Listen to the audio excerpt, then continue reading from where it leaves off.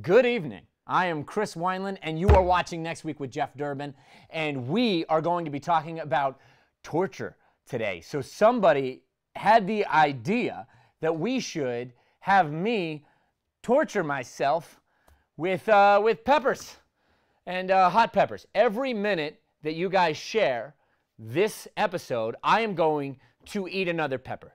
So we are going to start with the first one. Red bell pepper. It's terrifying, as you can see. Everybody should be, anything with a little barcode is just scary. So here we go. It's hot. So far, I love this 5-minute challenge. This is fantastic. Go ahead and share. If you get enough shares, I'll go on to the next one. This is easy. They even got me gloves just in case I need it. How ridiculous is this? Am I right? Okay, here we go.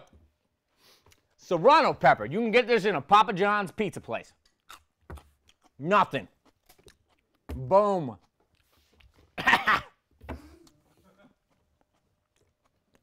right, that one was a little hot. I'm not gonna lie. I have some milk. I don't need it. Just in case I do, I'm gonna pour some milk. Listen, I haven't had a hot pepper in years. That's no lie. I am underestimating what I'm doing here. Okay, did we get enough? We got enough shares. Okay, here we go. Woo! That was hot. That was hot. That's a Papa John's pepper. That was a lot hotter than I thought. Jalapeno. Here we go. Oh, actually, that's sweet. That's not bad. Although this side of my mouth is on fire right now. Oh! Ow! Oh, that's hot. That's Oh! Share the video, but I don't want you to because I don't want to keep eating these. But you need to share them, don't you? Woo! Oh, that's jalapeno. Why? Why would somebody eat that by itself? My mouth is on fire. All right. Oh. Supposed to wait like another 20 seconds before I have another one, so this should give me a good milk break. Oh, that's painful. How could somebody ever do that? Never do this to yourself if you are the one that loves this. Okay, I believe I'm being told we got enough shares. Yeah, no, we have enough. Wow. Here we go. I just looked at this next one. This is what is this, habanero? Is that what this is, habanero pepper? I don't want to do it. I don't want to do it. Okay. That was it. Ah! Ah! Dang it. I hated that. Oh. Oh. Habanero. Habanero. Oh, this is terrifying. My whole nose. This is the first time I've been able to breathe through my nose in like a year. Whew. Oh! Oh! Share the video! Oh, share this episode, please. We're talking about torture and you're seeing it firsthand. Oh. Gosh. Oh. Ah! Okay, here we go. Oh, the final pepper. Final pepper. The hottest chili in the world. Ghost chili. I don't want to do this at all. Oh, why would I agree to that? Ugh. Can't even open it. Oh no! It's everywhere! Okay, I'm told to use a glove, which you better believe I'm gonna. Here we go. Oh.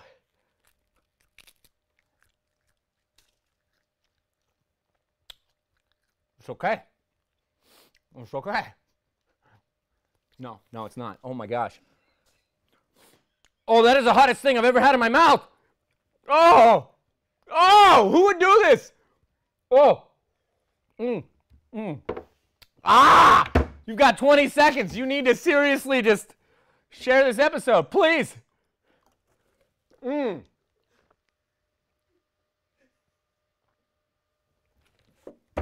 this episode! This is torture! Oh! Oh. 60 Mormon beliefs in 60 seconds. Take 1. Love. Mercy. Inspiration. Temples. Marriage. Minivans. Cut. Hold on. Minivans? Yeah, I love minivans. Yes, but this is 60 Mormon beliefs. You were asked to say your favorite belief. You're saying Mormons believe in minivans? Well, I would hope so. My husband's a van salesman. Okay, let's shoot it again, and this time list your favorite Mormon belief. Okay. 60 Mormon beliefs, take 2, and action! Love. Mercy. Inspiration. Temples. Marriage. One day, my husband will have his own planet with minivans. Cut. Focus more on a belief and less on minivans. Gotcha. Mormon beliefs, take 3, and action. Love. Mercy. Inspiration. Temples. Marriage. The fact that people with dark skin are no longer considered cursed by the church. Cut! My husband never thought you were cursed. At Bob's Minivans, come on down. Let's go with a more mainstream belief. Oh, okay. Okay. All right. Temples. Marriage. Starbucks can suck it. What? Why would you say that? Because we don't believe in coffee. Let's go again. Say a belief, 1 or 2 words. Just 1 or 2 words. Okay. Temples. Marriage. Secret polygamy. Cut. Temples. Marriage. Planet Kolob. Cut! Temples. Marriage. Mitt Romney. And Glenn Beck. Cut! We're gonna do this one last time. Temples. Marriage. Fun. Cults. This sure is a fun cult. Cut! Thanks, but we're gonna go get someone else. Okay. I mean, if you're sure, you should get my sister. She's the actor. The Human Family. Eternal Families. Genealogy. Laughter. Minivans.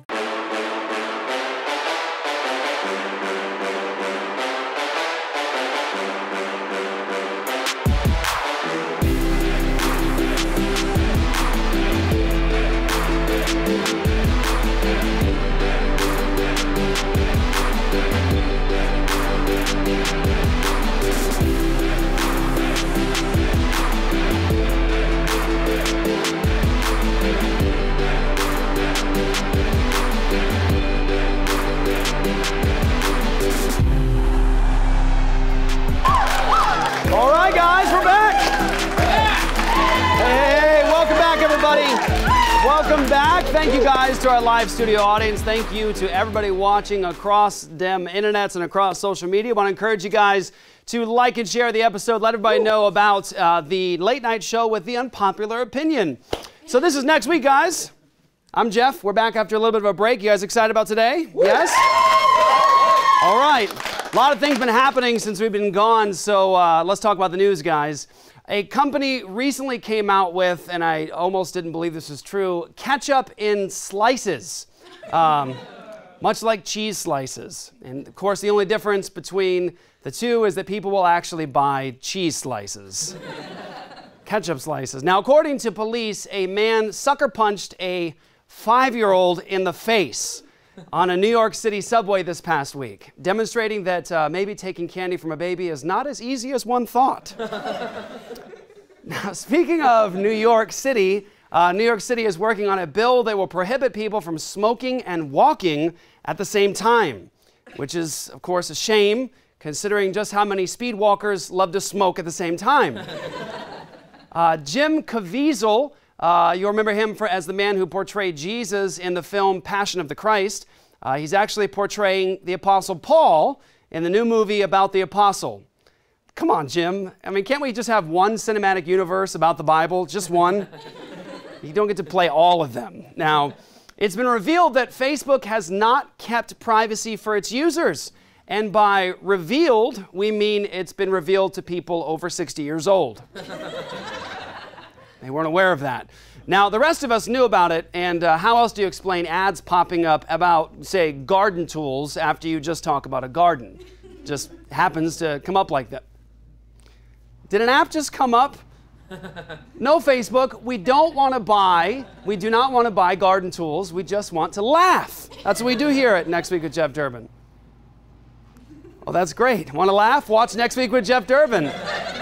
Wow, got to say that I am flattered, Facebook. Very flattered. Want to flatter people with Facebook ads? All right, good one, Facebook. Now, you know, I can see where the anger comes from. I mean, really, sincerely, I do. Nobody's Facebook information should be given out and abused, except for the people that put up those stupid cat videos. Definitely them. Now, moving on. Starbucks is trying to engineer a more environmentally friendly coffee cup. And they're offering $10 million to anyone who can do it. And that is great, because with $10 million, the winner can actually afford to go to Starbucks. So there was a pro-choice rally last week, and usually you can count on pro-choice rallies to be inappropriate and, of course, rude. But every once in a while, they'll have a march where they'll say something polite. And this was not that time. So take a look. Hoes need abortions! Hoes need abortions! Hoes need abortions! Hoes need abortions! Hoes need abortions! Hoes need abortions! Hoes need abortions! Hoes need abortions!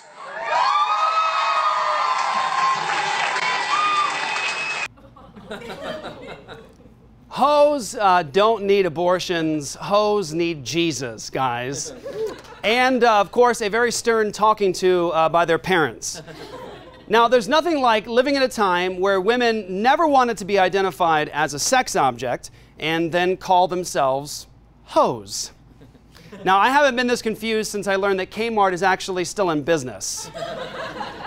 Now, last time I heard people call themselves hoes was when a person dressed up as a garden tool at the Garden Tool Convention.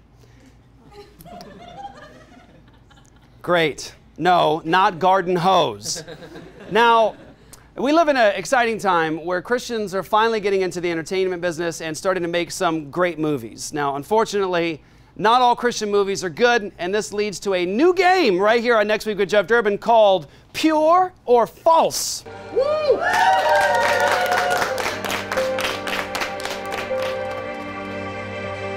Yeah.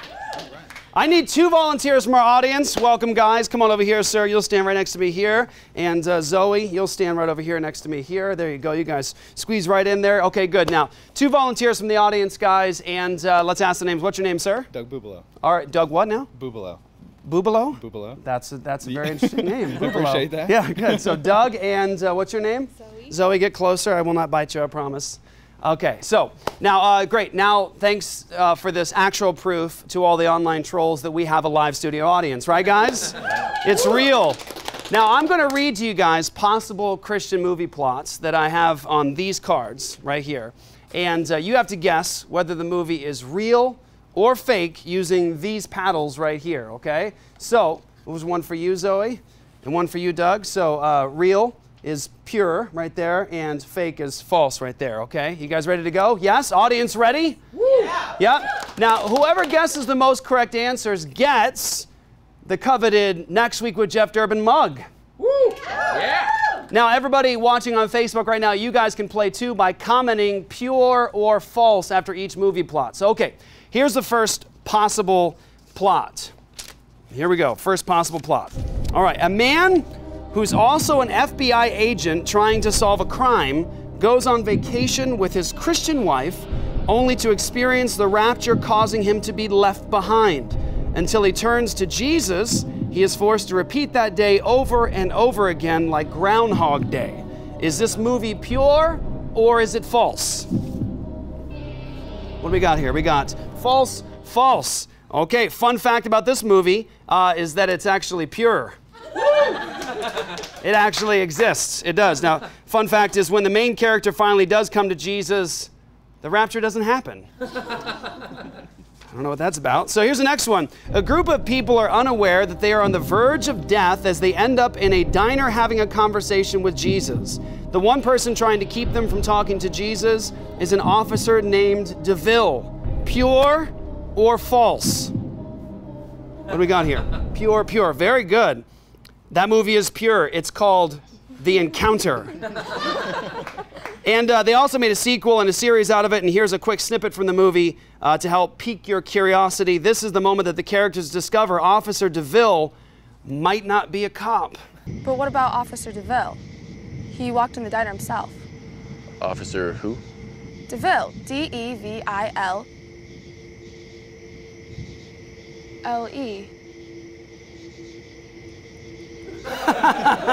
Officer Devil. Oh, that's rich. Now, a doll comes to life to help a young girl win a worship competition.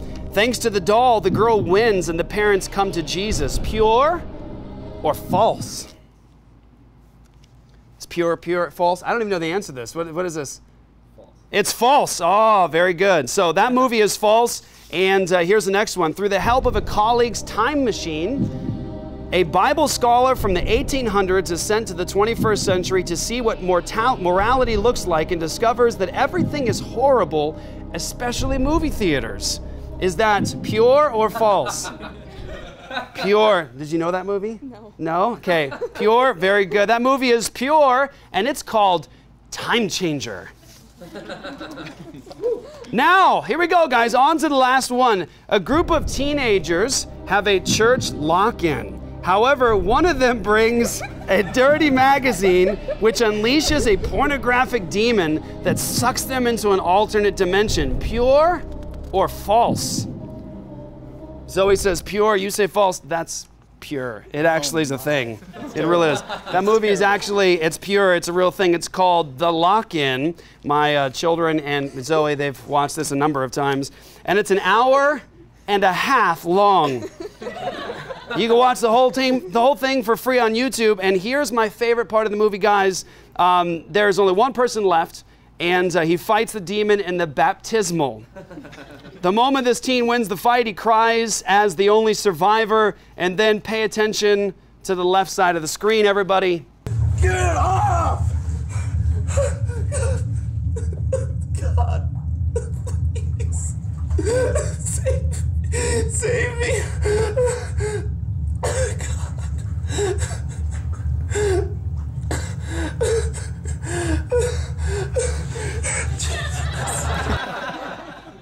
Couldn't they have just reshot the scene? Hey, dude, you walked on set. All right, guys. So actually, they're both winners today. They both get a Next Week with Jeff Durbin mug, guys. Right here. Thank you, guys. Thank you, guys, for joining us today on Next Week. Now, if you guys know of any movies that would be great for this game, and there are so many options out there with Christian media, send it to us with the hashtag pure or false, guys. We'll be right back right here on Next Week, guys, with the Blend of the Week with David Bahnsen. Today, we're going to talk about torture. Stay with us. Okay. Woo! Y'all need to get Apology All Access. Right now, it is smoking hot on there. I'm telling you, it is burning hot. Oh, it's Apology On Demand. Get all this stuff as much as you want. This never ends. That's how you're going to feel with Apology All Access. This never, ever ends. Oh, it's the hottest thing that's ever happened. Apology All Access.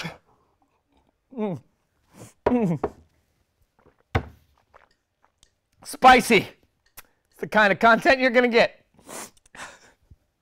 My eyes are burning. My nose is leaking.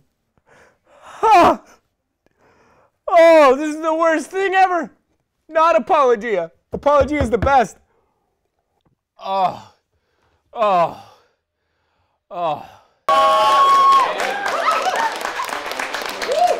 Hey guys, welcome back everybody.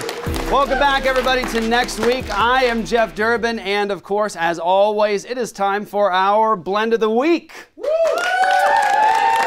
I love this one. Look at it. Joy did such a great job with this one. Look, it's got a little Donald Trump inside the French press. It's a little Donald Trump in the French press. So this is actually called the French press, and it's the only press Trump hasn't called fake news. All right, everybody. So again, welcome back, guys. It's been great to have some time off to get prepared for this show, and today we're going to talk about a very important subject, torture. And by torture, I don't mean watching the long-running show The View. Although that's awfully close to it. Instead, we answer the old Shakespearean query, to torture or not to torture? That is the question. Now, at the outset, we all need to recognize that as a nation, we are seriously divided on this issue. There's people on the left who believe that we should not engage in torturing human beings, and there's people on the left who believe that we should say torture suspected terrorists. And those people are Jack Bauer fans. And then there are people on the right who believe that we shouldn't torture, and some on the right who believe that we should torture. Also Jack Bauer fans. Now, what's even more peculiar, given that we have God's law in front of us to answer this particular question, is that we have Christians who are on both sides of the issue. And some haven't even thought through it. They're too busy worrying about the rapture or stuck in the rapture, like David, no last name, and the Heartstopper in the blink of an eye. No? We just talked about this, guys.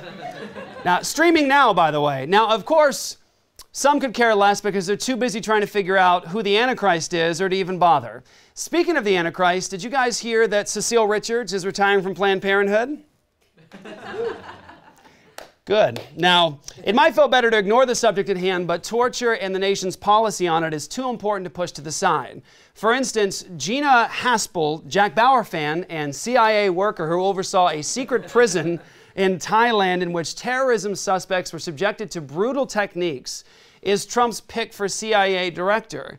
Now, thankfully, we have a man like Rand Paul who says he will filibuster as long as he has to in order to stop her from becoming director.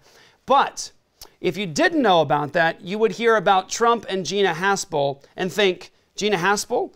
Is that another porn star that got paid off by Trump? Sadly, no. Now, the first problem we have to overcome is figuring out the definition of torture. The word torture can often be very subjective. For instance, if you ask me what torture is, I'll tell you about having daughters who listen to Frozen so many times that I've actually wondered if it's actually possible to waterboard a cartoon character. I can tell you by the time I had to listen to an entire lecture from Bernie Sanders on the merits of socialism, or I can tell you about how I feel about the Christian movie In the Blink of an Eye. Now streaming, by the way. Now, some people think that music is torture. For instance, some believe that Iron Maiden is the best band of all time. And, wait, it's like this, right? That's what you do, right? Now, others would rather be put into an actual Iron Maiden torture chamber than listen to that band. To certain people, having Donald Trump as president is torture, and for others, watching evangelical leaders abandon meaningful commitments to Christian ethics in order to make excuses for Trump's behavior is torture. Sorry, guys, that came from a very personal place. Now, as an example of the problem of definition, listen to our president, Donald Trump, talking about the well-known method of torture known as waterboarding. So waterboarding used to be used because they said it really wasn't torture. It was the one step slightly below torture. That's why waterboarding. That's why it was legal. I mean, torture is real torture. Okay, waterboarding is, I'm sure it's not pleasant, but waterboarding was just short of torture. One step below torture. Now let's talk about waterboarding for just a minute. Waterboarding is the method in which a victim is usually restrained with their hands and feet handcuffed or tied up. A breathable fabric is put over their heads and they're forced on their backs. The victim is then subjected to having water poured over their face, into their nostrils and mouth in an effort to give them the, quote, sensation of drowning. Now here's an example of what that looks like.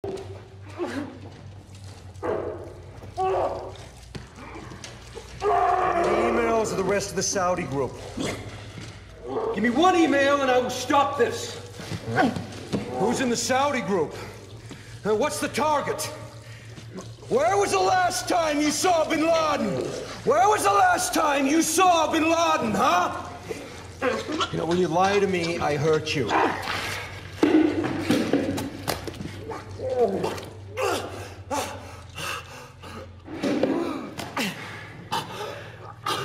what defeat looks like, bro. Your jihad is over. Now, as you can see, waterboarding is a method that is meant to cause extreme suffering and pain in another human being by essentially drowning them for extended periods of time while keeping them alive. Now, if that's not torture, then Game of Thrones isn't porn, Scientology isn't a cult, and Hillary Clinton doesn't lose her emails. A recent CIA report detailed other techniques like keeping someone awake for 180 hours, mock executions, and rectal feeding, in which food or water is force-fed by a tube into a victim's rectum. Think about that for a second, guys. No, don't. Don't worry, guys. That's not actually torture. It's just a new book teaching a diet fad popular among vegan hipsters. It's called Beyond Gluten-Free, Mastering the Downstairs Mix-Up. You can find it in your local bookstore next to the new book written by the CIA called Don't Ever Cross Us or We'll Stick a Tube in Your Butt Because We Work for Satan. It's weird that both books are in the same section of the bookstore. And just so we're clear about how our president feels about waterboarding. They asked me, what do you think about waterboarding, Mr. Trump? I said, I love it. I love it. I think it's great. He's not just for waterboarding, he loves it. Sure, that's a strange thing to love, but then again, this is a man who loves a lot of strange things, guys. I love war. I love fighting with banks. I love that Russia is dropping bombs all over ice. I love it. I love protesters. I love the Second Amendment. I love construction. I love great generals. I love open markets. I love General MacArthur. I love the United Nations. My boy, I love you. Come up, Eric, come up. I love you, my boy. I love these comeback people. I love what I'm doing. His love for waterboarding isn't so strange now, is it? I think you all owe Trump an apology, guys. You can, of course, make it better by staying a night in a Trump hotel and getting a spa. Just don't choose the waterboarding package. Now, more on the point of definition, another difficulty is in the attempt to minimize what actually takes place with these methods of torture. Obfuscation via euphemism is very popular among those in government when discussing these methods. Now, here's an example of what that looks like from the 2012 presidential race. I don't see it as torture. I see it as an enhanced interrogation technique. Enhanced interrogation technique. That sounds lovely. I think I want some of that myself. You see, we seem to do this a lot in our culture when talking about moral issues. We do it with abortion. It's not a mother paying an assassin to stick sharp instruments into her vagina to tear her little boy's arms, legs, and head off, crushing the skull until his brains come out, and then putting him back together like a puzzle piece on a tray so as to not leave any pieces behind. No, in the modern vernacular, it's reproductive freedom. It's not murder, it's pro-choice. It's not a baby, it's a fetus, even though fetus is actually a Latin term that means baby. You see, it's not torture, it's enhanced interrogation techniques.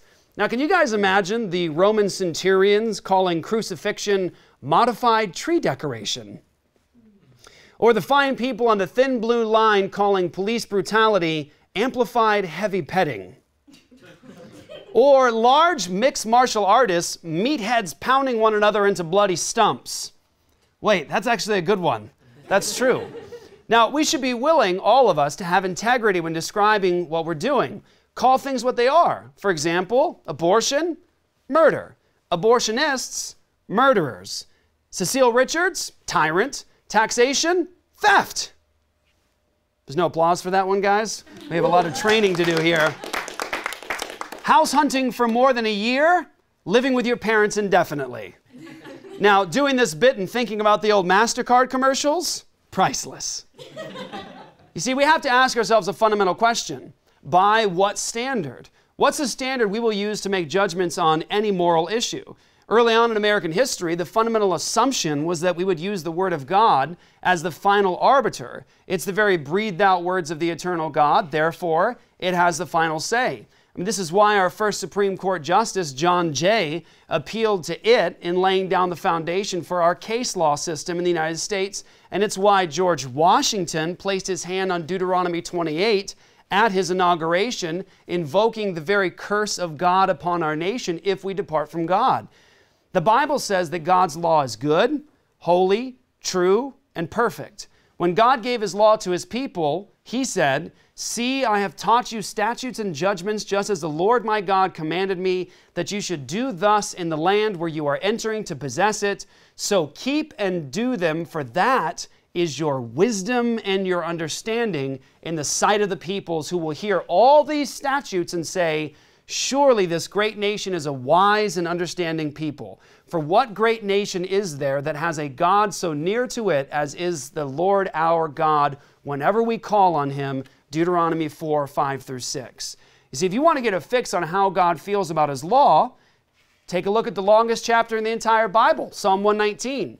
If you want to get a fix on how Jesus felt about God's law, read Matthew 5, 17 through 19, where he tells people not to even begin to think that he came to destroy it, and that whoever teaches people to disobey even the least commandment in God's law would be called least in God's kingdom.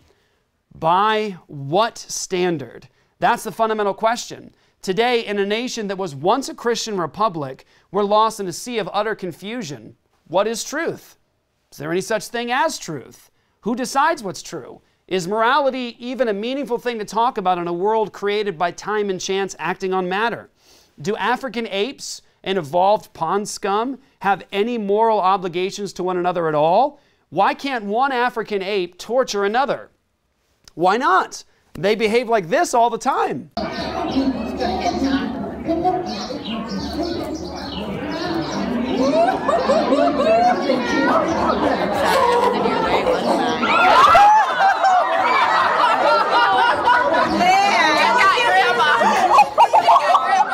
You know, right after that, the grandma said the one thing that no senior citizen has ever said: just take me back to the nursing home.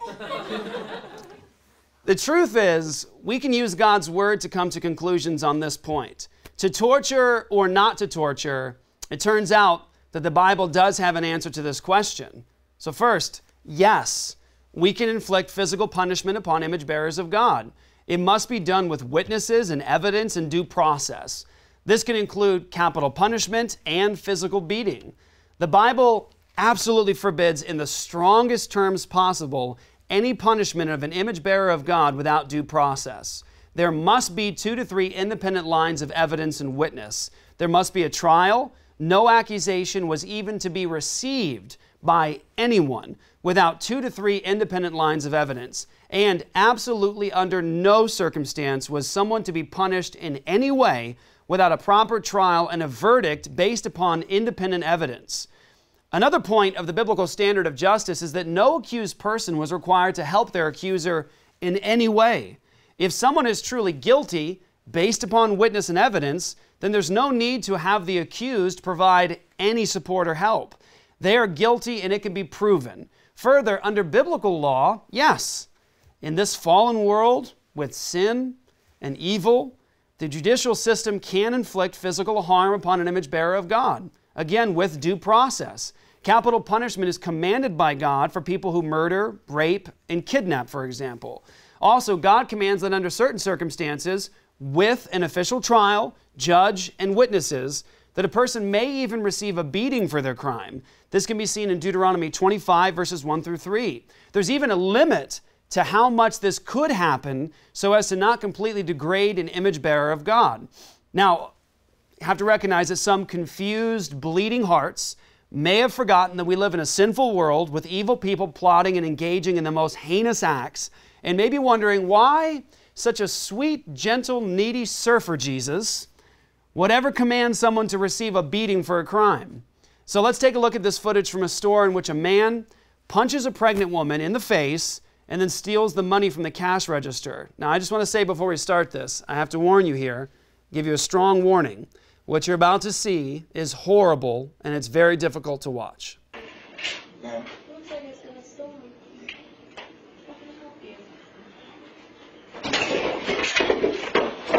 Open the rest. Okay, hold on. Hold on. How you open? How do you open? Oh my gosh. How do you open? It's a button. Which one? The button. Don't you move. Okay. Don't you move. Okay. I'm pregnant. Please don't do anything. Now, under biblical law, We wouldn't punish citizens through coercive taxation and require them to pay for this man's food, medical, shelter, and security for years upon years. Under biblical law, there are judicial sanctions that could provide for actual punishment that fits the crime itself. He could receive a beating and be forced to pay back double what he stole. Also, if he killed her baby in the process of committing this crime, God says that he should receive capital punishment in Exodus 21:22. So yes, there are circumstances in this fallen world in which we could have the judiciary meting out punishments that are physically harmful. And I'll make one more note on this. Very important. Physical punishment outside of capital punishment was forbidden to maim. There is absolutely no basis in biblical law for sadistic forms of torture. It was simple justice. When the Bible uses the formula eye for eye, tooth for tooth, and life for life, it refers to equal justice. The issue is whether we can inflict harm or torment upon another human being that is not specifically authorized by God. The issue is not whether or not we can inflict physical pain upon a human being. God says capital punishment, lashes, beating with rods as punishment can occur after due process. See, the challenge facing us in the torture debate is actually twofold. Number one, does God permit people to engage in sadistic forms of human torture in order to force them to testify against themselves or to gain information? Number two, does God permit us to inflict physical harm upon people who have not been given any due process, a trial, witnesses, a defense, etc.? The answer to both of these is a resounding no. A good biblical point number two is found in Acts 23. See, the Apostle Paul was trained in the law of God under the renowned teacher Gamaliel, and he was before a Jewish council. It says, and looking intently at the council, Paul said, "Brothers, I have lived my life before God in all good conscience up to this day." And the high priest Ananias commanded those who stood by him to strike him on the mouth. Then Paul said to him, "God is going to strike you, you whitewashed wall. Are you sitting to judge me according to the law, and yet contrary to the law you order me to be struck?" Paul was physically struck before he was convicted of any crime. No witness, no evidence. Paul appealed to the law of God itself that forbids any physical harm before a proper trial with due process. So the point? You can't touch another image bearer of God without due process. Period. That's justice. Now, listen to Ron Paul talk about some of the consequences of accepting anything other than this. Yes, torture is illegal, and by our laws, it's illegal by international laws. How do you define torture, sir? Well, waterboarding is torture, and many other things. It's illegal under international law and under our law. It's also immoral. See the audience there? Now hold on. If the audience didn't seem to agree with this man, then why do you hear a crowd agreeing with him? We should get the answer out of them. I'm sure President Trump would be fine with the waterboarding of the audience. Now, in the Kaiser commentary, Philip Kaiser lists some powerful and very compelling biblical points that are worth paying attention to if we're at all concerned with God's law and his standards of justice over against the constantly changing and tyrannical laws of men. He wrote this. Number one, Paul declared the slapping of a prisoner prior to a conviction under due process of law to be a violation of the law of God, Acts 23. If Paul was struck, quote, contrary to the law, then anything greater than a slap on the face should also be considered unlawful. This would be true whether the person was a native born or a stranger who dwells among you, since there must be one law, the Bible says, for both, Exodus 12:49. This principle would, of course, rule out waterboarding. Number two, Nicodemus argued that judging either an individual or a crowd of being an enemy of the state without having been convicted in a court of law was contrary to the law of God, John 7:47 through 53. Torture assumes the guilt of an individual without due process. Number three, arguing from the lesser to the greater, cruelty against animals was forbidden in the Bible, Genesis 49, Proverbs 12:10. How much more so cruelty against humans? Number four, biblical law governing the treatment of captives does not allow for torturing or killing. 2 Kings 6:8 through 23. On the field of battle, an enemy can be killed, But once the immediate conflict has ceased, the prisoners cannot be treated inhumanely. Number 6, witnesses were required of the prosecution, but not of the accused. Deuteronomy 19, Leviticus 5. This by itself rules out the use of torture because it is requiring a person to become a witness against himself. Only the accuser was forced to testify. Next point, torture violates the biblical right of the accused to remain silent. This law is implied in Numbers 35:30, Deuteronomy 17:6, 19:15, and is explicitly affirmed by Christ's silence in Mark 15:3-5, Matthew 27:14. You see, this reinforces the previous point that the prosecution had the responsibility of bringing witnesses and that the accused did not. Next point, the accused is treated as innocent until proven guilty. Deuteronomy 25:1-2, Isaiah 43:9. And this was one of the gross violations of the law that occurred at the trial of Jesus. He was mocked and beaten prior to trial, Luke 22. But modern torture of captured suspects is a similar violation of the principle of innocent until proven guilty. Next point, torture erodes the testimony and character of a nation. Deuteronomy 4:6-8, Lamentations 4:3, Ezekiel 34:4. God wanted the Gentiles to be jealous of the liberties that his law brought to Israel and declared his laws to be the perfect law of liberty.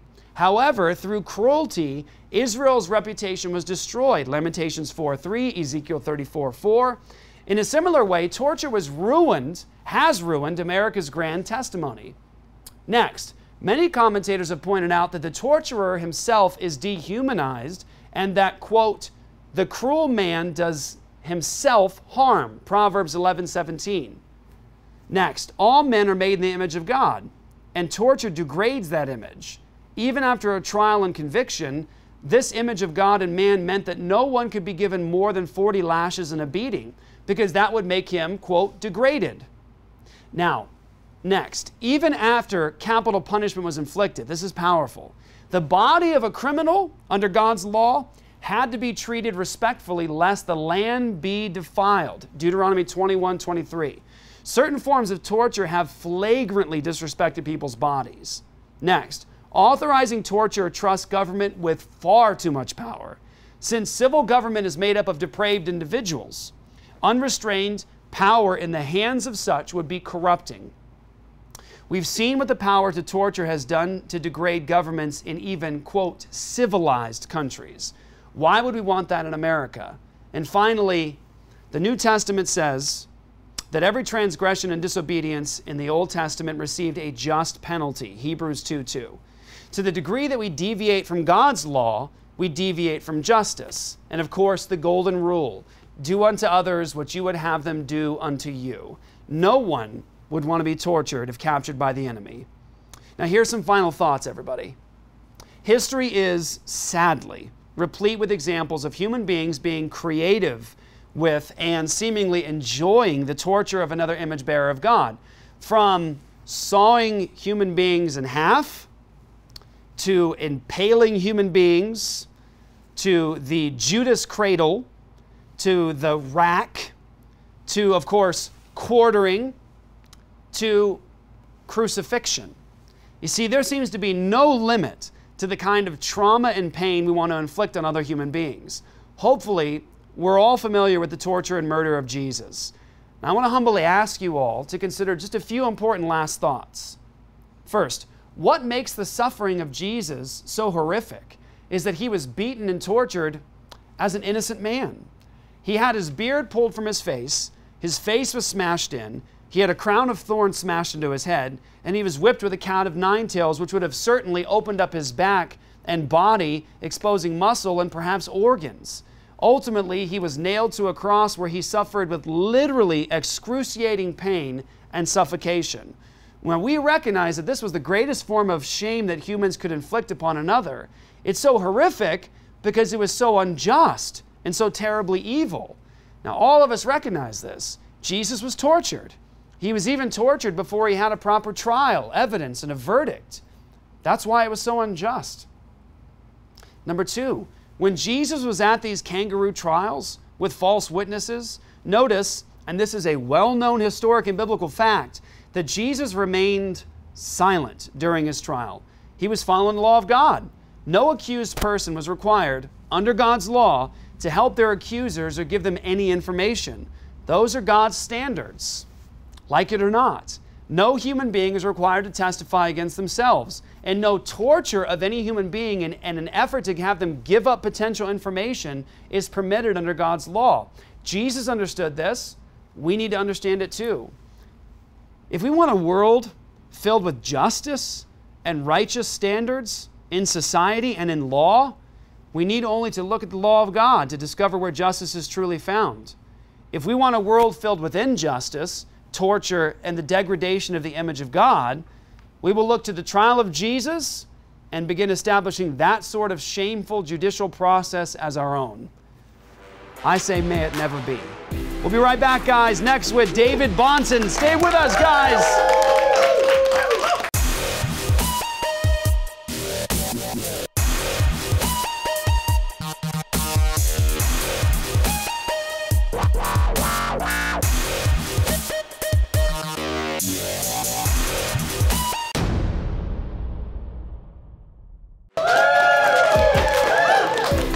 Welcome back to Next Week, everybody. Very, very excited, delighted to have this next guest right here on Next Week.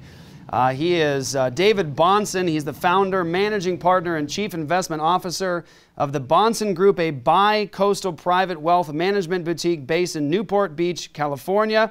He actually is often seen on CNBC, Fox Business, and Bloomberg, and is a regular contributor to National Review and Forbes. He is also the son of one of my heroes of the faith, Dr. Greg Bahnsen, the man who has impacted me and my ministry greatly. So please welcome David Bahnsen, everybody. What's up, David? Welcome. Can you hear me, David? I can. I apologize. I had the mute on. Great to be with you. Thanks, brother, so much. So I'm excited, very excited. Of course, I'm very familiar with yourself, with your work. I had just an amazing time, David. My very favorite talk from the conference a couple of years ago, the Bahnsen Conference in honor of your father. My favorite talk was yours. It was just so encouraging to hear and to listen to all the stuff with your dad and how much he just really dramatically impacted your own life.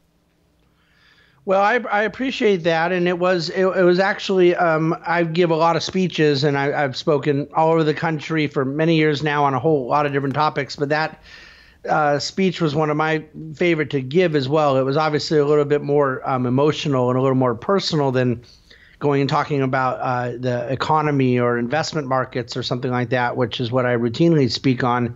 But it was a memorable opportunity and great to be with other people who were impacted by Dad's teaching ministry. Yeah, and your dad, of course, was a prolific writer and speaker. I mean, my goodness, David, I've taken a look at some of your dad's lecture series, and I don't know how your dad even slept or ate.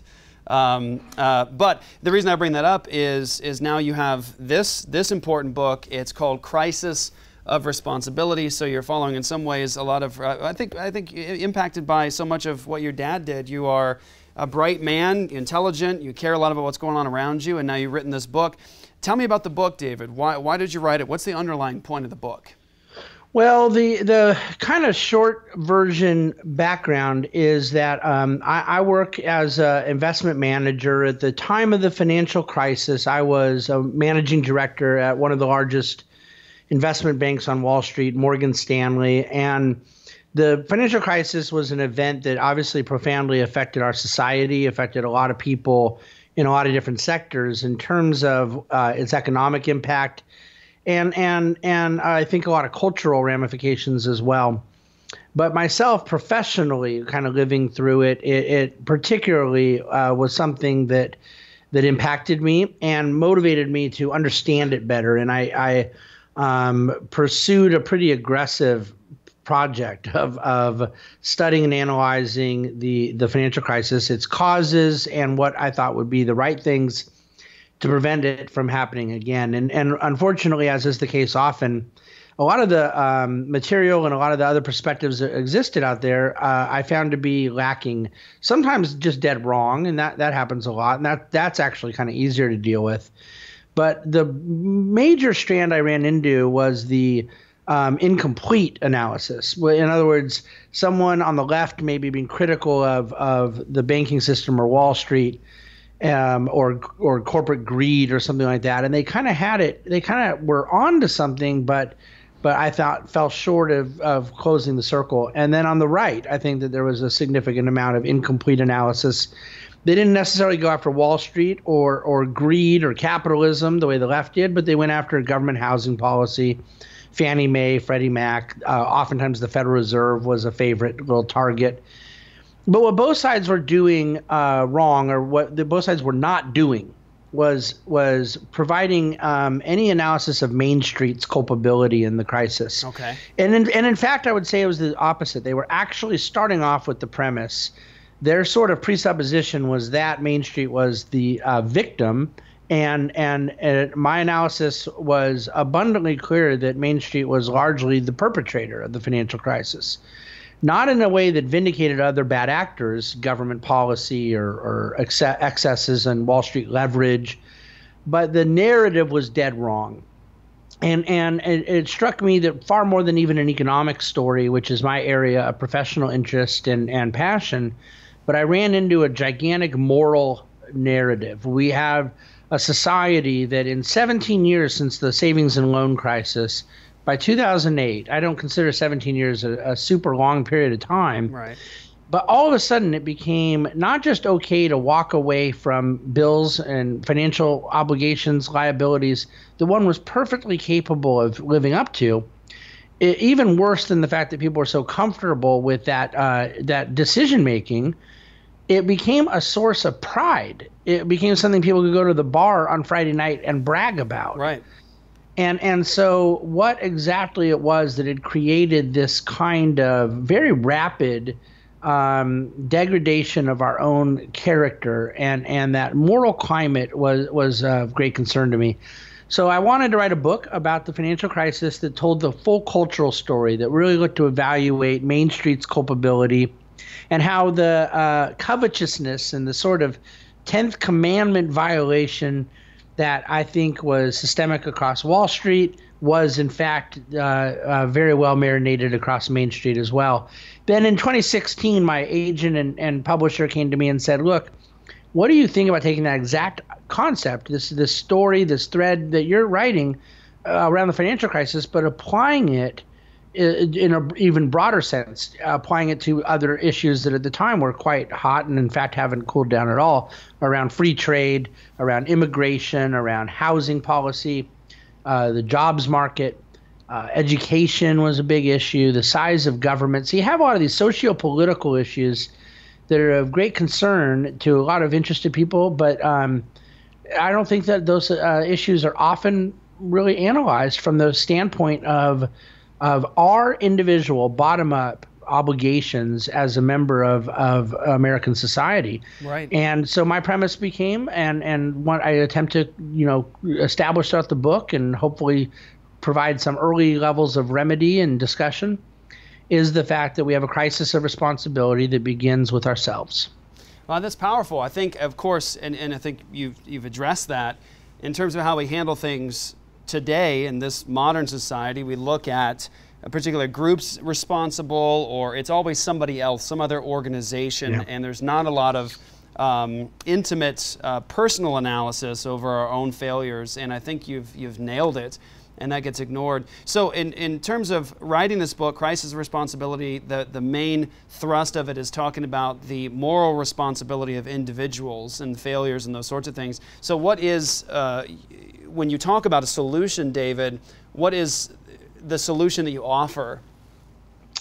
Well, I mean, I attempt in the final two chapters of the book to divide it up between chapter 11 is a sort of individual, personal checklist of starting points of things people may be able to do to address that responsibility deficit that begins at home. And then chapter 12, the final chapter of the book, is applying it more to the macro level, the broader standpoint across all society. So there is a top 10 list in Chapter 11 of the 10 things I'm recommending people can kind of do to begin this process. Before I even go to some of those particular remedies, I'll highlight a couple for you to save time. But look, the very first thing I have to say is that we have to start off by acknowledging the problem itself. I think that most recovery programs are really onto something. The recovery can't begin unless there's at least the acknowledgement of a problem. And I'm not sure that we have really come to terms with the fact that there is, in fact, this crisis of responsibility, and that blame casting is, in fact, the issue that I think we most need to deal with as a starting point. Well, I kind of have been raised believing and seeing and feeling very much that the left often, I think, is in a sort of victimology complex. Right. There's this heavy identity politics. They're very comfortable building a framework for how they view society around race, gender, and class. I think that there's a significant Marxian thread that is very prone to class envy. That's right. So victimhood is systemic in a lot of progressivism. But I'm sorry, I don't believe that they have a monopoly on blame casting. I think that the right has become in recent years equally guilty of such, often around the fact that our government is so large and so reckless and so ill-suited for the dealing with the policy needs of the day. Our critiques of government are certainly spot on in that regard. But I believe they get the cause and effect totally wrong. I think we have a deficient government because we have an inadequately self-governed populace. There you go. Yes. And that became a big theme of the book that I believe needs to be addressed. Well, you know, David, it's great to hear you say these things and to see the application you're aiming for. You know, and I just to talk about your dad for a second here, I hear all of that. I can hear so much of your dad's really amazing influence in a lot of what you're saying. You said even raised believing these. You talk about in terms of bottom-up change, which is something your father talked about all the time. If we're ever going to see change in society, it's going to start at the heart level of the individual. And of course, your dad was pointing people towards Christ, towards the gospel, towards to God's word. And so that's powerful. Can I ask you just a personal question, David? You sure may. So you are now involved in some very important high-level discussions financially. You know, you're sought after as somebody who has a valid opinion, important opinion on a lot of things going on in the world around us, especially financially. When you have now entered into this position and you have the kind of influence you have, how has your dad's influence and all that you learned from him and just his consistency, how has that influenced you and impacted you in what you're doing now? Do you see the world through the eyes that he gave you, and has that been a blessing for you? Yeah, every son sees the world largely through the eyes that their dad gave them, that their parents, in the way that they were raised. But in my particular case, I think it's extra special because my dad was such a profound influence ideologically. I mean, as a father, you want as a son, you want your father to love you, care for you. Well, I had that in spades. I had a tremendously loving and supportive dad. The side of Greg Bahnsen that all the folks out there who have read his books and heard his lectures don't know and never will be able to, unfortunately. But it was not something I would trade away for anything in the world. And then when you couple that with the unique giftedness of Greg Bahnsen, the scholar, which I think is a very different category of his life than Greg Bahnsen, my dad. But I did kind of get to double dip, so to speak. My dad had a profoundly rare work ethic. And I very much strive to. I think I got that bug. I think I caught that strand of DNA, if you will. That's obvious. Yes. Yeah. And so but also like my dad, it isn't a burden for me. It's nothing really for me to brag about because it's a joy. I absolutely love waking up. I wake up very early. I love working, so it isn't a sacrifice. I know what sacrifices are, and I seek to be sacrificial in certain cases, as my dad did, but for neither my father or myself is waking up early and working hard a sacrifice. It's what we were put on earth to do. Can you, Can you just on that point there, David, just real fast, because it was kind of a fun thing for me. I'm aware of your dad's work ethic. It's inspired me a lot. As a matter of fact, I hope this is an encouragement to you, David. The kind of impact we're having on this show exists that you're on right now because of your dad, because of his influence on me. But can you just tell that quick story about how you would try to beat your dad and waking up, that kind of discipline? Yeah, it is kind of a fun story. Although I got to say, I wish for a whole lot of reasons he were still here, but I have him beat now. I mean, I couldn't beat him when he was around. Although perhaps now I'm a 3:45 a.m. guy every morning, and I suspect that if that were the case, he would just go to 3:30, and then I'd have to go to 3:15 or something. But yeah, there was a point, I believe I was 18. It was really just a year or two before Dad died, and I was ready. I was young adult and starting off life, and all the different things that go there with. It was a summertime, and I had trying to start a business, and I had schooling and other things going on, and I remember like getting up at 6 in the morning, which was kind of early for someone at that age, and so I'm going to get up and just start my day, and then when Dad's up and so forth, we'll kind of get things rolling for our day. And I'd go down to his study, and he was already in there working. And I go, okay, I guess I didn't get up that early. So the next day, I said I'll get up at 5:30, and I did it, and he was in there working. And he didn't drink coffee, by the way. And at that time, I didn't either. As early as I get up and as consistently as I do it now, I'm pretty heavily dependent on coffee. But how he did it without coffee is sort of unfathomable to me. But I just did it like maybe, I don't know, 4 or 5 days in a row, and just kept going a half hour earlier, and each time he was still awake. And I don't really know if he like kind of knew what I was up to and was just messing with me, but essentially I got to like 4:30 or something, and he would be in there, and I knew he wasn't up all night. I mean, he would go to bed, and I was up later than him, but I knew he would gone down for the night. And he just, every morning I'd get up, every morning he'd already be awake. Where before I never knew what time he was getting up. And now I just said, I guess I'm not going to get to find out. I can't beat him up. But wow. I'm quite certain that my 3:45 habit that I have formed would probably win the award now. We'll see. Probably. It's just really great to see. And I think, and the reason why I ask is number one, your dad's had such a great influence on me, and I love hearing the stories. And I know for a lot of our listeners and viewers, it's the same for them. But a lot of what you're tackling in this book, I think, comes down to the sorts of things that you're talking about in terms of the family, the individual, personal responsibility. I mean, just those moral issues. I mean, you brought up coveting, David. I mean, who talks about that anymore? Oh, well, not a lot of people do, and it was very conscious to you. You can talk about envy in sort of a broad sense, but to kind of go directly to the Ten Commandments and whatnot was very intentional on my part. But maybe after a housing crisis that was entirely rooted about somebody coveting thy neighbor's house, perhaps more people should talk about coveting. Yes. Very, very much so. So, David, I'm so appreciate what you're doing, and just really, really grateful for it. You've had a lot of people actually plug this book. I saw John Frame even gave a plug recently, and you've got Andrew Sandlin, some solid guys that can be trusted and have. I mean, it's marked all up here with lots of people promoting this book. And so it's Crisis of Responsibility, Our Cultural Addiction to Blame and How You Can Cure It by David Bahnsen. David, where can people go to get the book? Where do you want them to go? Well, I mean, Amazon.com is kind of the easiest place for most people. It's at Barnes & Noble as well, and barnesandnoble.com. I don't want to pick favorites in the various choices of distribution. We appreciate all of the brick and mortar stores. It's in 1,500 stores around the country.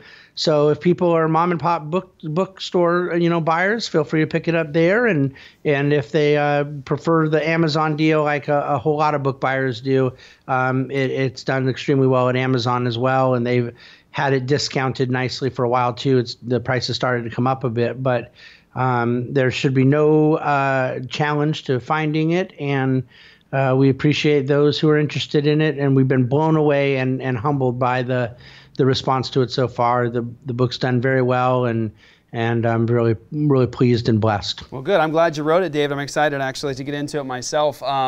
and just learn from it. So one more fun fact before we let you go.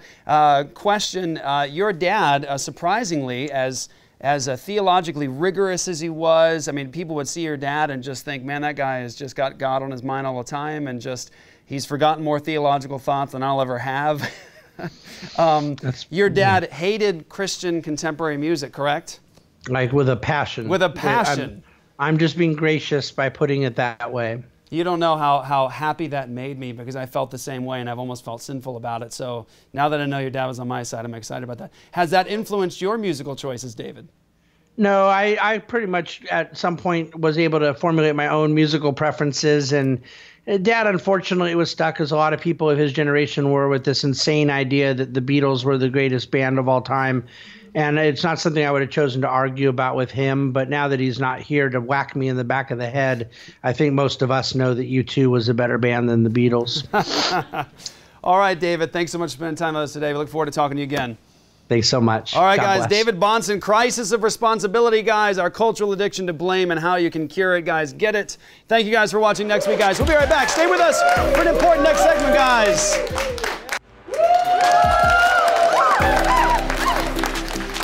Welcome back, everybody. Thank you all so much who attended today as a live studio audience. You guys are wonderful. Thank you, guys.